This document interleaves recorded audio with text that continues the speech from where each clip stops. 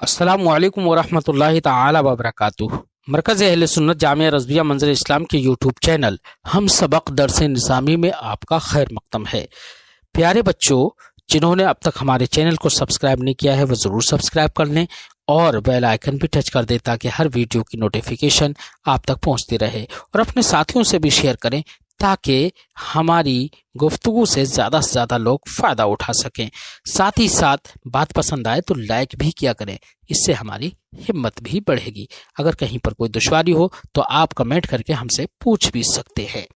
وتعتد كالحرة ويقع بأنا منك بائن وعليك حرام إن نوى لا بأنا منك طالق وإن نوى وأنت طالق واحدة أولى أو مع موتي أو مع موتك موتي أو مع موتك ولا طلاق بعد ما ملك أحدهما صاحبه وشخصه۔ ما قبل میں ایک مسئلہ گزرا کہ کسی نے اپنی بیوی سے کہا کہ تجھے طلاق ہے جس دن تیرا مولا تجھے آزاد کرے گا ہے۔ مسئلہ گزرا یا کسی نے معلق ہی کر دیا کہ تجھے طلاق ہے اگر تیرے آقا نے تجھے آزاد کیا، پھر اس نے آزاد کر دیا تو طلاق واقع ہوگی۔ ما قبل میں گزرا ہے نا۔ اور اگر تو وہاں پر مسئلہ یہ گزرا تھا کہ ماں کے ساتھ کہے یا بغیر ماں کے کہے، یہ بھی سب بات گزری تھی ما قبل کہ ماں اگرچہ مقارنت کے لیے ہوتا ہے لیکن کبھی کبھی تاخیر کے لیے بھی ہوتا ہے۔ تو ما قبل میں مسئلہ گزرا تھا کہ وقوع طلاق عتق پر موقوف ہوگا، تو تقدم و تاخر کا اعتبار ہوگا رتبتاً، لہذا پہلے آزادی ہوگی پھر اس کے بعد طلاق ہوگی، یہ تو گزرا تھا۔ اب طلاق جب بعد میں ہوئی تو ایسی صورت میں جب وہ باندھی تھی تو اس وقت طلاق نہیں ہو رہی تھی، طلاق بعد میں آزادی کے بعد، اور آزاد ہونے کے بعد جب عورت کو طلاق ہوگی بیٹا وہ شوہر 3 طلاقوں کا مالک ہو جائے گا۔ کتنی طلاقوں کا مالک ہو جائے گا؟ اب اگر 2 طلاقیں دی ہیں تو بعد میں 1 طلاق اور بھی دے سکتا ہے، ٹھیک ہے نا۔ طلاق کا وقوع کس حالت میں مان رہے ہیں؟ آزاد ہونے کی حالت میں، تبھی تو تیسری طلاق کا بھی مالک ہو جا رہا ہے وہ۔ بات سمجھ میں آئی؟ تو طلاق کا وقوع مانا آزاد ہونے کی حالت میں، تو کیا عدت بھی آزاد والی عورت کی گزارے گی یا عدت گزارے گی؟ لیکن مسئلہ یہاں پر وہ باندھی والی صورت کا ہے۔ مسئلہ معقل میں تھا عند مجیء غد بعد تعلیق عتقها، کہ تجھے کل طلاق ہے جب تیرا آقا تجھے آزاد کر دے گا، اور آقا نے یہ کہہ دیا کہ بعد تعلیق عتقها، نہیں آقا نے کہہ دیا کہ کل آئے گا تو تجھے آزادی، شوہر نے یہ کہہ دیا کہ کل آئے گا تو تجھے طلاق۔ تو ایسی صورت میں دونوں کا قول اپنی اپنی جگہ پر اثر کرے گا نا۔ اور طلاق حالت اس وقت میں طلاق مانی جائے گی آزادی کے بعد نہیں، طلاق اس کے امت ہونے کی صورت ہی میں مان لی جائے گی۔ اب امت ہونے کی صورت میں اس مسئلے میں طلاق مانی گئی تھی جیسے کہ اس سے پہلے سبق میں پڑھا، تو کیا اب عدت گزارے گی تو باندھی والی عدت گزارے گی یا آزاد عورت والی عدت گزارے گی؟ تو کہہ رہے ہیں اس صورت میں طلاق تو واقع ہوئی ہے باندھی ہونے کی صورت میں، کیونکہ تقدم و تاخر کا وہاں پر اعتبار نہیں کیا جا سکتا. یہ نہیں کہا جا سکتا ہے کہ آزادی مقدم ہے اور طلاق مؤخر ہے. یہ کہا جائے کہ آزاد ہونے کی حالت میں اس پر طلاق واقع ہوئی ہے، وہاں پر یہ نہیں کہا جا سکتا. کون سی صورت میں؟ جبکہ شوہر نے کہا کل آئے گا تو تجھے طلاق، اور آقا نے کہہ دیا کل آئے گا تو تجھے آزادی. دونوں نے اپنی اپنی جگہ پر کہہ دیا، تو یہاں پر تقدم و تاخر نہیں ہوگا کہ عتق مقدم ہو اور طلاق مؤخر ہو، ایسا نہیں ہے. اس لیے حالت امت میں ہی طلاق واقع ہوگی. جب حالت امت میں طلاق واقع ہوگی تو شوہر تیسری طلاق کا مالک ہوگا نہیں ہوگا، دو ہی طلاقیں ہو جائے گا، دو ہی طلاقوں کا مالک ہوگا نا. ٹھیک ہے. لیکن جب یہ عدت گزارے گی عورت تو آزاد تو ہو گئی، اب طلاق ہونے کے ساتھ ساتھ آزاد بھی ہو گئی. تو عدت کون سی گزارے گی، اور باندھی والی یا آزاد والی؟ کہہ رہے ہیں کہ ہمارے ائمہ کے درمیان بالاتفاق عدت آزاد والی ہی عورت کی گزارے گی. یعنی بولو 3 حیض سے ہی عدت گزارے گی، 2 حیض سے عدت نہیں گزارے گی. کتنے حیض سے عدت گزارے گی؟ 3 حیض ہی سے عدت گزارے گی. وجہ صرف احتیاط اسی میں ہے کہ 3 حیض سے عدت گزارے.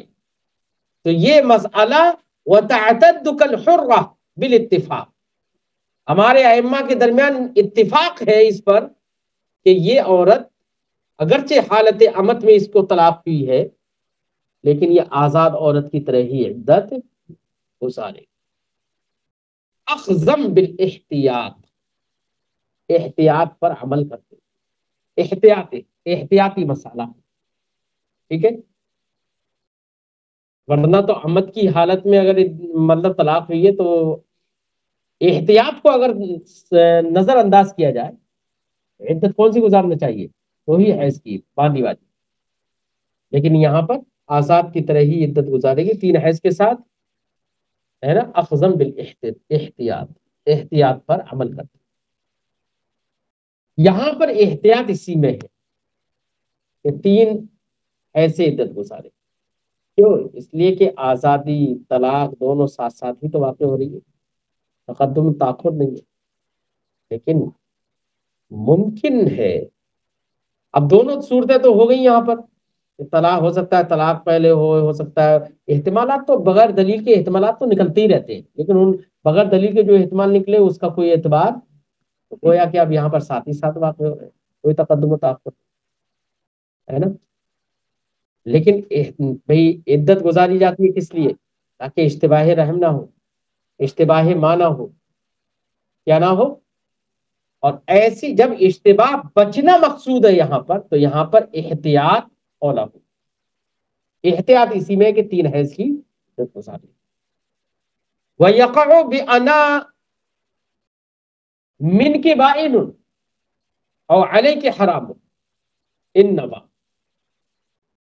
اگر شوہر نے اپنی بیوی سے کہا انا من کی بائن، میں تجھ سے جدا ہوں، یا کہا انا علیکی حرام، میں تجھ پر حرام، تو لفظ حرام بولا یا بائن بولا. کہہ رہے ہیں اگر اس صورت میں نیت اس نے طلاق کی کر لی ہے ایک تو طلاق واقع ہو جائے گی، بائنہ کیا ہوگی؟ طلاق بائنہ ہو جائے گی، وہ جدا ہو جائے گی. کیونکہ بیٹا بائن بینونت سے بنا ہے. کس سے بنا ہے؟ بینونت. اس کا معنی ہوتا ہے جدا کرنا یا جدا ہونا. انتی بائن تو جدا ہے. احتمال محل میں ہے یہاں پر، اس کے معنی میں کوئی شبہ نہیں ہے کہ جدا ہونے کا معنی ہے. لیکن جدائیگی کس چیز سے تو جدا ہے، تو اس میں احتمال ہے بائن کے اندر. میں تجھ سے جدا ہوں یا تو مجھ سے جدا ہے، کچھ بھی کہا ایک ہی مال ایک ہی ہوگا دونوں. کس سے جدا؟ مجھ سے اور تجھ سے، میں تجھ سے جدا، تو مجھ سے جدا. ہو سکتا ہے رنگ روپ میں کہہ رہا ہو، محل تو الگ الگ ہو سکتا ہے نا. ہو سکتا ہے کہ میں تجھ سے رنگ میں جدا ہوں، تو مجھ سے رنگ میں جدا ہے. تیری ہائٹ، تیری پرسنالٹی، تیرا لمبا چوڑا پن، نشیب و فراز ویسا نہیں ہے جیسا میرا ہے. جیسا میرا ہے ویسا تیرا نہیں ہے. مختلف چیزوں میں الگ ہونا پایا جا سکتا ہے نا. لیکن اگر نیت اور احتمال اس کا بھی ہے کہ جدا ہے یعنی نکاح سے الگ، یہ بھی احتمال ہے. اب کئی احتمالات ہو گئے. اب کئی احتمالات میں تو ایک کو متعین کرنے کی ضرورت ہوگی، اس لیے یہاں پر نیت کی ضرورت ہے. ٹھیک ہے، اسی لیے فرمایا انا من کے بائن. اگر کسی نے کہا یا کہا علیہ کی حرام، اے انا علیہ کی حرام، میں تیرے اوپر حرام. حرام ہونے میں بھی سب احتمالات نکلیں گے. بیٹا حرام ہونا یہ طلاق کے لیے صریح نہیں ہے، یاد رکھیے. ہے طلاق کے لیے صریح. بیٹے حرمت کا تحقق اس میں بھی ہوتا ہے کہ انا انا من کے انا علیہ کی حرام کہا، میں تیرے اوپر حرام ہوں. حرمت کا مطلب یہ بھی ہو سکتا ہے کہ کھانے کے لحاظ سے حرام، یعنی میں تو بڑی پارسا ہے، نیک ہے، پرہیزگار ہے، اور میں جو کما کے لاتا ہوں وہ کما کے لاتا ہی کیا ہوں، ڈگا ماری کر کے لاتا ہوں. وہ میں تجھے کھلاتا ہوں تو یہ بھی معنی ہو سکتا ہے کہ اس معنی کر میں تجھے حرام کھلاتا ہوں، یا اور میں اس معنی کر تیرے اوپر حرام. یہ پارسا ہے، نیک ہے. اور بھی معنی ہے اس کی نکل سکتے ہیں. ہاں ایک معنی یہ بھی ہے کہ وطی کرنا جو حلال تھا وہ حرام ہو چکا ہے. یہ بھی معنی ہو سکتا ہے، اور یہ انقطاعی نکاح سے ہوگا. ٹھیک ہے، جب ایک احتمال کی نیت کر لی طلاق. فرماتے ہیں وَيَقَعُ، اور طلاق واقع ہو جائے گی انا من کے بائن یا علیہ کے حرام کہنے سے. ان نوا، اگر نیت کرے، اگر نیت کرے، کیونکہ یہ سری نہیں ہے، نیت کرنے کی ضرورت پڑ رہی ہے. محل لا بے انا من کے طالق. طالق بولا یار، سری لفظ بولا تو اس میں تو احتمال نہیں ہوگا نا. اگر کسی شخص نے کہا انا من کے طالق، تو کہہ رہے ہیں لا، اس سے طلاق واقع نہیں ہو. یار انا من کے بائن کہا تو طلاق واقع ہو جائے گی، نیت کر لی. لیکن انا من کے طالق کہا تو اس سے طلاق واقع نہیں ہوگی. کیوں بیٹا؟ نیت کی ضرورت کس میں پڑتی ہے؟ جہاں پر احتمالات ہوں، اور طلاق میں کوئی احتمال نہیں ہے، یہ تو سری ہے جدا ہونے کے معنی میں ہے. اگر کسی شخص نے کہا انا من کے طالق وَإِنَّمَا، اگرچہ نیت طلاق کی کرے، تو کہہ رہے ہیں لا، طلاق واقع نہیں ہوگی. چاہے طلاق کی نیت کرے یا طلاق کی نیت نہ کرے. کیوں طلاق کیوں نہیں واقع ہو رہی ہے؟ اس کی وجہ کیا ہے کہ اگر کسی نے کہا انا من کے طالق، من کے کہا نا، تیری طرف سے. بتاؤ طالق، طلاق دینے والا کون ہو سکتا ہے؟ مالک طلاق. اور مالک طلاق کون ہے؟ شوہر. تو وہ تو یہ کہتا نا کہ انا، اور طلاق کی نسبت تو شوہر کی طرف ہوتی نا، اور یہاں پر نسبت کس کی طرف ہو جائے گی؟ عورت کی طرف ہو جائے گی. اور عورت تو طلاق دینے کی مالک ہے ہی نہیں. پھر یہ کہنا انا من کے تعلق میں تیری طرف سے تعلق ہوں یعنی میں متعلقہ ہوں. ارے متعلقہ کیا متعلق ہوں. اور تفویض یعنی سپرد بھی کی نہیں ہے اسے.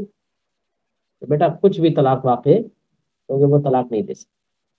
ٹھیک نسبت ادھر ہو گئی جس طرف ہونا نہیں چاہیے. انا من کے تعلق میں تیری طرف سے تعلق. ٹھیک ہے تو اس میں کسی بھی صورت میں طلاق واقع نہیں ہوگی. بھائی نوا اگرچہ نیت کرے. وَأَنْتِ طَالِقٌ وَاحِدَةً أَوْ لَا یا کسی نے کہا انتی طالق واحدۃ أَوْ لَا تجھے طلاق ہے ایک یا ایک نہیں. ایک یا ایک نہیں تردد کر دیا. کیا کر دیا؟ ایک یا ایک نہیں. امام اعظم فرماتے ہیں انت طالق واحدۃ أَوْ لَا اگر کہا تو ایسی صورت میں طلاق واقع نہیں ہوگی. کیا نہیں ہوگی؟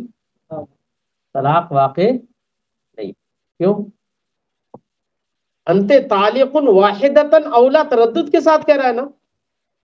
اگر بغیر تردد کے کہتا تو ایک طلاق واقع ہوتی. واحدتن سے بھی ایک طلاق ہوتی. اگر واحدتن نہیں بھی کہتا تب بھی انت طالق سے ایک طلاق واقع ہو جاتی. لیکن یہاں واحدتن بڑھا رہا ہے قصدن. اس کا مطلب یہ ہے کہ انت طالق سے اس کا ارادہ نہیں ہے ایک طلاق کا. ارادہ ہو نہ ہو اس سے مطلب نہیں ہے. واحدتن بڑھایا تو اس کا مطلب واحدتن کے بڑھانے سے اب انت طالق تنہا مؤثر نہیں ہوگا. واحدتن کے ساتھ مؤثر ہوگا جب ایک وصف کا اضافہ کیا اس نے. اور اس وصف میں بیٹا تردد کر دیا. واحدتن أَوْ لَا جب تردد کر دیا تو تردد کی صورت میں ثابت ہی نہیں ہوگی طلاق. ایک یا ایک نہیں یہ کہا تو تردد کی صورت میں ایک طلاق کا ثبوت نہیں ہوگا. ہے وہ تو تردد ہے. ایک بھی ہو سکتی ہے ایک نہیں بھی ہو سکتی ہے. اس لیے امام اعظم نے فرمایا کہ اس صورت میں طلاق واقع. لیکن صاحبین نے یہاں پر یہ فرمایا کہ ایک طلاق واقع ہو جائے گی. کیسے؟ اس لیے کہ تردد تو واحدہ میں ہے نا کہ ایک یا ایک نہیں. تردد کس میں ہے؟ تو جس میں تردد ہے اس کو ختم کرو وہ ختم ہو جائے گی. تو واحدہ کہنا بیکار ہو جائے گا. اب اس کا بچے گا کتنا؟ انت طالق بچے گا. اور انت طالق سے ایک طلاق واقع ہوتی ہے. طلاق صریح ہے وہ. سمجھے نہیں؟ اور اگر اس نے 2 یا 3 کہہ دیا تو ویسی بھی واقع ہو جائیں گی. پھر حضرت صاحبین یہ کہتے ہیں کہ ایک طلاق واقع یہاں پر ہو جائے گی. امام اعظم علیہ الرحمہ وہی فرماتے ہیں کہ یہاں پر انت طالق ہی مقصود نہیں ہے. واحدت میں ان کے ساتھ مقصود ہے. اور واحدتن میں تردد ہو گیا اس لیے کوئی طلاق واقع نہیں ہوگی. فرماتے ہیں وَأَنْتِ طَالِقْ وَاحِدَةً أَوْ لَا اور اگر کہا انت طالق واحدتن اولا او مع موتی کا. یا کسی نے کہا انت طالق مع موتی یا کہا انت طالق مع موتی کی. تجھے طلاق ہے میرے موت کے ساتھ یا تجھے طلاق ہے میرے موت کے ساتھ کہ تو مرے یا میں مروں تو تجھے طلاق. تو بیٹا وقوع طلاق ہوگا موت ہونے پر. یہاں پر وقوع طلاق معلق ہے کس پر؟ موت ہونے پر کہ دونوں میں سے کسی ایک کی موت ہو جائے تب طلاق واقع ہوگی نا. جو معلق علیہ ہے وہ شرط ہے. شرط مقدم ہوگی تو موت پہلے آنا چاہیے. کیا آنا چاہیے؟ موت پہلے آنا چاہیے. اور طلاق کا وقوع بعد میں ہوگا. یہ تو مطلب ہوا نا. موقوف علیہ موقوف کا مطلب تو یہی ہوتا ہے سیدھا سیدھا. تو بیٹا موت پہلے ہو جائے گی. طلاق کا وقوع موت کے وقوع کے بعد ہوگا. تو جب موت پہلے ہی ہوگی تو نکاح تو پہلے ہی ختم ہو گیا. یا ہے ابھی نکاح ختم ہو گیا. یہی وجہ ہے کہ نکاح کے موت آنے کے بعد شوہر اپنی بیوی کو اب ہاتھ نہیں لگا سکتا جس کے ہمیشہ ہاتھ لگاتا رہتا تھا. اس کو اب ہاتھ بھی نہیں لگا سکتا. کیوں؟ اس لیے کہ وہ نکاح، وہ موت کی وجہ سے نکاح تو اب ختم ہو گیا، اب وہ عورت اس کے لیے اجنبی کی طرح ہو گئی. ٹھیک ہے، تو موت تو پہلے واقع ہو گئی. اب جب موت پہلے واقع ہو گئی تو انقطاع نکاح تو پہلے ہی ہو گیا. اور طلاق تب ہوتی ہے بیٹا جب کہ پہلے نکاح بھی ہو، اور یہاں پر تو نکاح ہی نہیں رہا، تو طلاق واقع ہوگی اب نہیں. طلاق واقع کر کے بھی کیا کرے گا ہے؟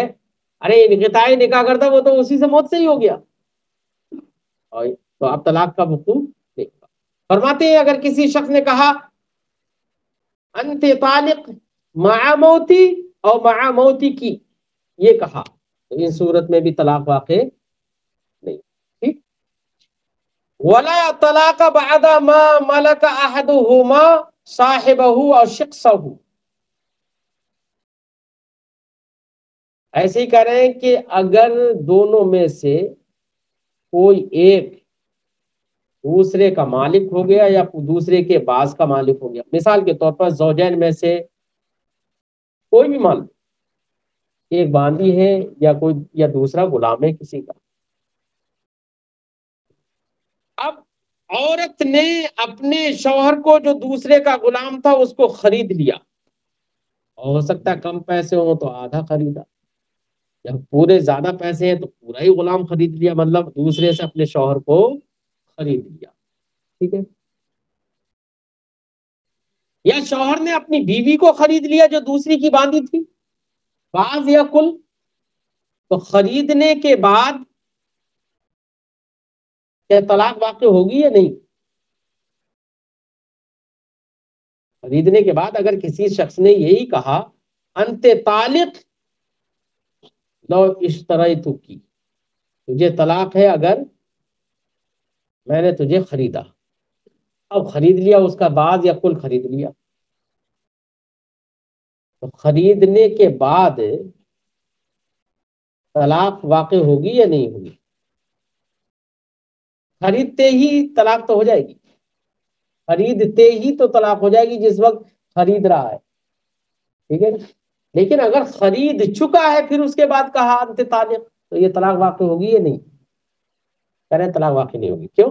اس لیے کہ خریدنے سے تو انفساخ فسخ نکاح ہو گیا، نکاح تو ختم ہو گیا، انقطاع نکاح تو خریدنے سے ہی ہو گیا. کیوں ہے؟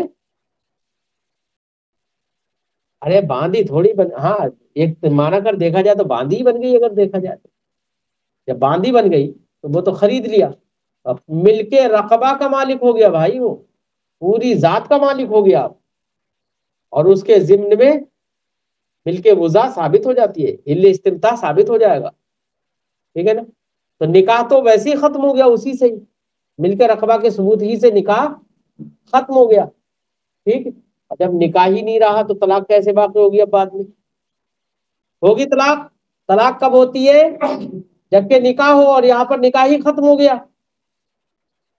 فرماتے ہیں ولا طلاق بعد ما ملک احدهما، زوجین میں سے کوئی ایک مالک ہو گیا دوسرے کا تو اس کے بعد طلاق نہیں ہے، لیکن اس کے ساتھ طلاق ہو سکتی ہے، جیسے کہ میں نے طالق کی صورت بتائی تھی. دوسرا زوجین میں سے کوئی اپنے صاحب کا مالک ہو گیا پورے کا، اور شخص ہو یا اس کے بعض کا یعنی جز کا مالک ہو گیا، تو اس صورت میں بھی طلاق نہیں ہے. کیوں؟ لأنه وقعت الفرقة بينهما بملك الرقبة، کیونکہ دونوں کے درمیان ملک رقبہ اور ملک ذات کی وجہ سے ہی فرقت واقع ہو گئی. والطلاق يستدعي قيام النکاح، اور طلاق تقاضا کرتی ہے کہ نکاح قائم ہو پہلے تب طلاق ہوگی. ٹھیک ہے، وبأنت طالق هكذا يشير بالإصبع يقع بعدد. کسی شخص نے اپنی بیوی سے کہا انت طالق اور انگلیوں سے اشارہ کر دیا، ایک انگلی اٹھائی اشارہ کر دیا انت طالق، دو اٹھائی انت طالق، یا تین اٹھا دی انت طالق. انگلیاں اٹھا اٹھا کے اشارہ کر رہا ہے کہ اتنی طلاقیں ہیں تجھے. ٹھیک. اب اگر کسی شخص نے اس طریقے سے انگلیوں کے عدد سے اشارہ کیا، انگلیوں سے اشارہ کیا ہے، اور انگلیاں اتنی تعداد 1 یا 2 یا 3 انگلیاں اٹھا اٹھا کے اشارہ کر رہا ہے، تو ایسی صورت میں طلاق واقع ہوگی یا نہیں، یا کتنی طلاقیں واقع ہوں گی؟ تو کہہ رہے ہیں یار انگلیوں کو دیکھنا پڑے گا، انگلیاں کھلی ہیں یا بند ہیں یہ دیکھنا پڑے گا. اگر کھلی ہے یا بند ہے تو ان میں یہ بھی دیکھنا پڑے گا کہ انگلیوں کی پشت ہے یا انگلیوں کا پیٹ ہے. دکھا کیا رہا ہے؟ انگلیوں کا پیٹ دکھا رہا ہے یا انگلیوں کی پشت دکھا رہا ہے؟ اگر بیٹا انگلیوں کا پیٹ دکھا رہا ہے، کیا پیٹ، پیٹ دکھا رہا ہے پیٹ، تب تو انگلیاں کھلی ہونا چاہیے. کیا ہونا چاہیے؟ کھلی ہونا چاہیے انگلیاں. اور انگلیوں کی پیٹھ دکھا رہا ہے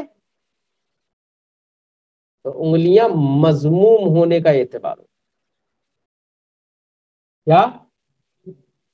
انگلیوں کے مضموم ہونے کا، دونوں کے انگلیوں کے آپس میں ملے ہونے کا اعتبار ہے. یعنی اگر انگلیوں کی پیٹھ دکھا رہا ہے ایسے، تو ایسی ملی ہوئی ہوں، اگر دو دو انگلیاں ملی ہوئی ہیں تو کہا جائے گا کہ 2 طلاق ہے.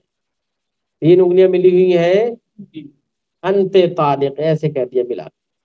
پیٹ اگر پیٹھ دکھا رہا ہے تو، اور اگر پیٹ دکھا رہا ہے انگلیوں کے ایسے، تو کہہ رہے ہیں انگلیوں کا کھلا ہونا چاہیے، کھلا ہونا چاہیے انگلیوں کو.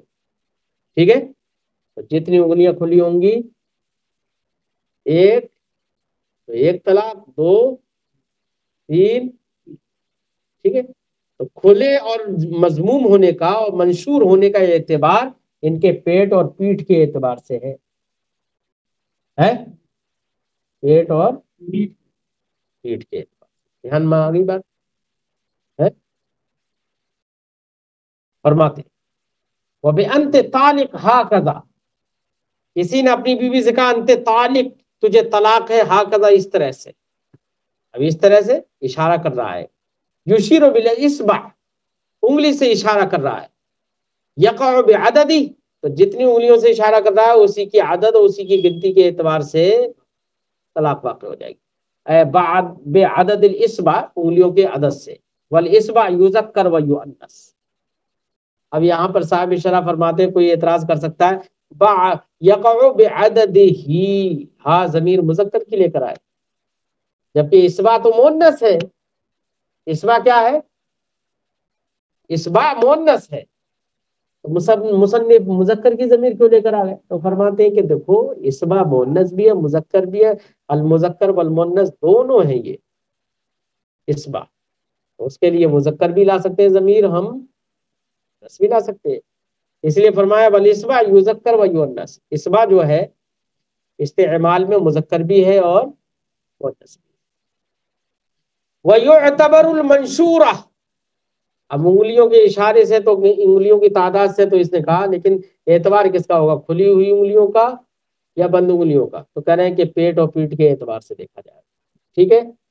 فرماتے ہیں وَيُعْتَبَرُ الْمَنْشُورَةُ، انگلیوں کا کھلا ہونا معتبر ہوگا لو اشار ببطونها، اگر وہ انگلیوں کے پیٹ سے اشارہ کرتا ہے. ٹھیک ہے نا، انگلیوں کے پیٹ سے اشارہ کرتا ہے. دوسرے کی طرف اشارہ کرنا ہوتا ہے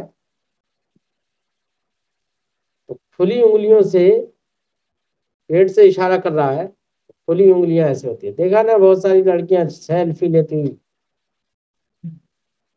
انگلیاں ایسی ہوں گی ان کی ہیں، کچھ کے تو ہونٹ ہی ٹیڑھے ہوں گے ہیں، جب وہ ایسی ہی تو کرتی ہیں سیلفی لیتے ہوئے. دیکھا ہے نا کبھی؟ کبھی تمہارے ساتھ سیلفی لیے؟ مت لینا. میں نے تو یہی زیادہ تر دیکھا ہے اخباروں میں بھی، جو اسکول کالج کے اسٹوڈینٹس ہوتے ہیں نا، کوئی رزلٹ آتا ہے تو ایسے کرتے ہوئے دکھائیں گے، انگلیاں کھلی ہوئی ہوں گی نا، حالانکہ وہاں پر طلاق دینے کے لیے نہیں ہے وہاں پر تو صرف اظہار خوشی کے لیے ہے یار. لیکن میں صرف یہ بتا رہا ہوں کہ دیکھو، وہ بات کو ظاہر کرنا ہوتا ہے اگر، انگلیاں کھول کے ایسے ہے، ایسے ایسے نہیں کرتے ہوئے دیکھا ہوگا، الٹی پشت کی طرف سے نہیں دیکھا ہوگا، کھول کے. ٹھیک، فرماتے ہیں وَيُعْتَبَرُ الْمَنْشُورَ، انگلیوں کا کھلا ہوا ہونا معتبر ہے. لو اشار ببطونها، اگر یہ شوہر انگلیوں کے پیٹ سے اشارہ کرے. وَلَوْ أَشَارَ بِظُهُورِهَا، اور اگر ان کی پیٹھ سے اشارہ کر رہا ہے. فَالْمَضْمُومَةُ، تو کتنے کا، تو کس کا اعتبار ہوگا؟ انگلیوں کے مضموم اور آپس میں ملے ہوئے ہونے کا اعتبار. ٹھیک، لأنه إذا أشير بالأصابع المنشورة، کیونکہ جب کھلی ہوئی انگلیوں سے اشارہ کیا جائے. فالعادہ، تو عادت یہ ہے، ہمارے یہاں پر بھی عادت ایسی ہے، ان یکون بطن الکف فی جانب المخاطب، انگلیوں سے جب اشارہ کیا جائے تو عادت یہ ہے کہ ہتھیلی کا بطن، پیٹ، وہ کس کی طرف ہونا چاہیے؟ مخاطب کی جانب. وَإِذَا عُقِدَ بِالْأَصَابِعِ، اور جب انگلیوں کو مضموم کر لیا جائے، ملا لیا جائے، تو عادت یہ ہے یکون بطن الکف فی جانب العاقد، کہ ہتھیلی کا بطن اور پیٹ اس کی جانب ہونا چاہیے، ملانے والے کی جانب ہونا چاہیے، عاقد کی جانب. عاقد سے مراد ملانے والے. وَبِأَنْتِ طَالِقْ بَائِنٌ، او انت طالق اشد الطلاق افحشہ او اخبثہ و طلاق الشیطان اب البدعہ. اس عبارت سے صاحب کتاب نے یہ بتایا کہ کسی شخص نے عورت کو طلاق دی اور اس میں شدت برتی، اور شدت برتنے میں یہ کہا اشد طلاق، اغلظ طلاق، اسوأ طلاق، افحش طلاق. مصدر کا استعمال سب میں ہے، کس میں؟ مصدر کا استعمال سب میں ہے. اخبث طلاق، اے انت طالق اخبث طلاق، یا کہا انت طالق طلاق الشیطان طلاق البدعہ، سب میں مصدر کا استعمال ہے.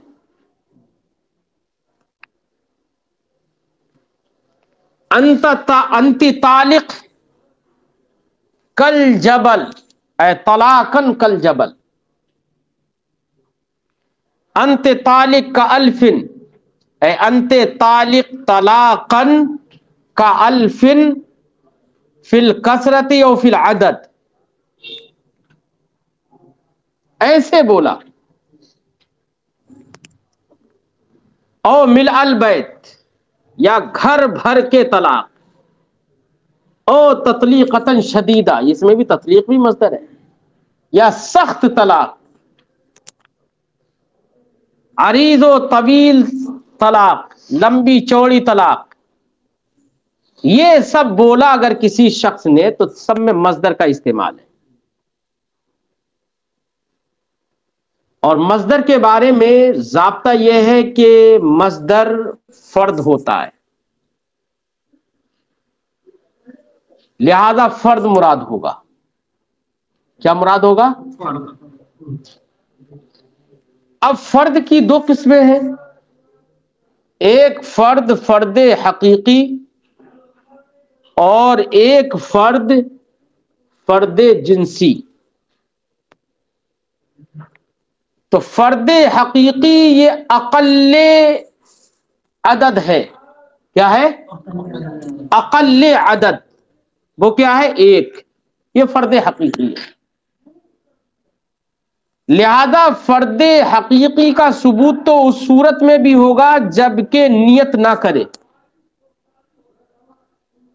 لہذا یہ سارے الفاظ کسی شخص نے بولے اور کوئی نیت نہیں کی،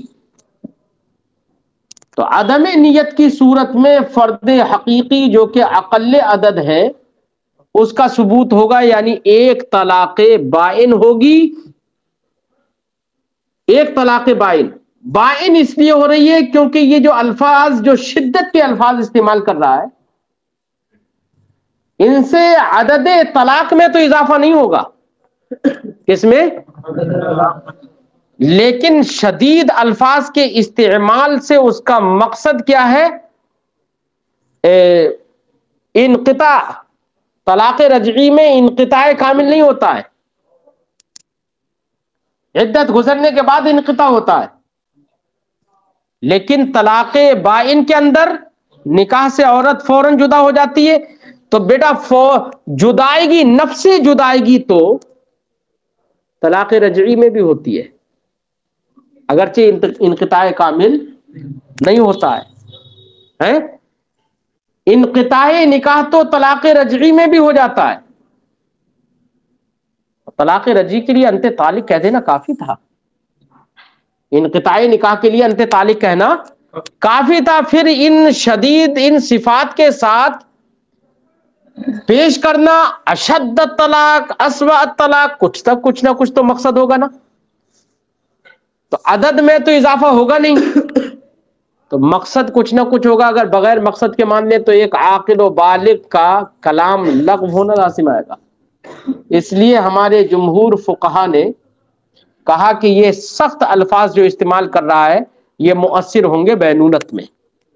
کس میں؟ جدائیگی میں. لہذا انت طالق کہتا تو انقطاع نکاح تو ہوتا لیکن رجعت کا احتمال رہتا.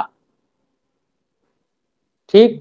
لیکن جب یہ شدید الفاظ استعمال کیے تو ایسی صورت میں انقطاع نکاح ہوگا، فوراً جدا ہو جائے گی عورت، یعنی طلاق بائن ہوگی. تو میں کہہ رہا تھا کہ مصدر استعمال کیا یہاں پر سب میں، اور مصدر کا مصدر فرد ہوتا ہے، اور فرد کی دو قسم ہوتی ہیں، ایک فرد حقیقی اور ایک فرد جنسی. تو فرد حقیقی چونکہ اقل عدد ہے اس لیے اس کا تحقق اور اس کا ثبوت تو بغیر نیت کے ہو جائے گا. لہذا مذکورہ الفاظ بولے کسی نے تو ایسی صورت میں بغیر نیت کے ایک طلاق بائن ہو جائے گی. ایک طلاق بائن تو بغیر نیت کے ہو جائے گی. اور اگر 3 کی نیت کر لی، کتنے کی؟ 3 کی نیت کر لی تو 3 کی نیت کرنا بھی صحیح ہو جائے گا. کیوں؟ اس لیے کہ آزاد عورت کے حق میں 3 طلاقیں اور باندی کے حق میں 2 طلاقیں، یہ فرد جنسی ہیں. کیا ہے؟